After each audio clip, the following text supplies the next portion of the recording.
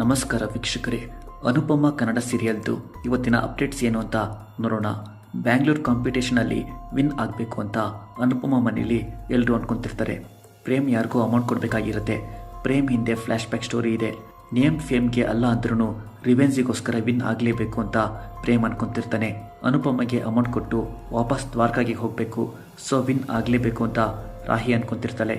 ಇದು ಅಗ್ನಿ ಪರೀಕ್ಷೆ ಥರ ಆಗಿದೆ. ರಾಹಿ ವಿನ್ ಆಗಲಿ ಅಂತ ಆಶೀರ್ವಾದ ಮಾಡಿದರೆ ಊರು ಬಿಟ್ಟು ಹೋಗ್ತಾಳೆ. ಹಾಗಂತ ಸೋಲಿ ಅಂತ ಹೇಳೋಕ್ಕಾಗಲ್ಲ ಅಂತ ಅನುಪಮ ಕೃಷ್ಣ ಮುಂದೆ ಅಳ್ತಿರ್ತಾಳೆ.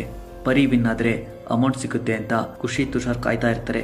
ಇಶಾನಿ ವಿನ್ ಆದರೆ US ಗೆ ಹೋಗ್ಬೋದು ಅಂತ ಪಾವನಿ ಕಾಯ್ತಾ ಇರ್ತಾಳೆ. ಕಾಂಪಿಟೇಷನ್ ವಿನ್ ಆದರೆ ಕೆರಿಯರ್ ಸೆಟಲ್ ಆಗುತ್ತೆ.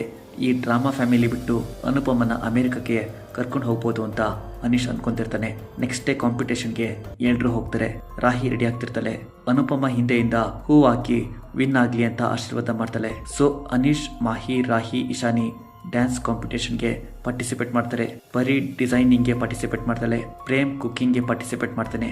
ಸೊ ಕುಕಿಂಗ್ ಅಲ್ಲಿ ಪ್ರೇಮ್, ಡ್ಯಾನ್ಸಿಂಗ್ ಅಲ್ಲಿ ರಾಹಿ, ಡಿಸೈನಿಂಗ್ ಅಲ್ಲಿ ಪರಿ ವಿನ್ ಆಗೋ ಚಾನ್ಸಸ್ ಇದೆ. ಅಪ್ಕಮಿಂಗ್ ಸೀನ್ ಸಖತ್ ಇಂಟ್ರೆಸ್ಟಿಂಗ್ ಇದೆ. ನಿಮ್ಮ ಫೇವರೇಟ್ ಸೀರಿಯಲ್ ಕಮೆಂಟ್ ಮಾಡಿ. ಇದೇ ತರದ ಅಪ್ಡೇಟ್ಸ್ಗೆ ಈ ಚಾನಲ್ ಸಬ್ಸ್ಕ್ರೈಬ್ ಮಾಡಿ. ನಮಸ್ಕಾರ.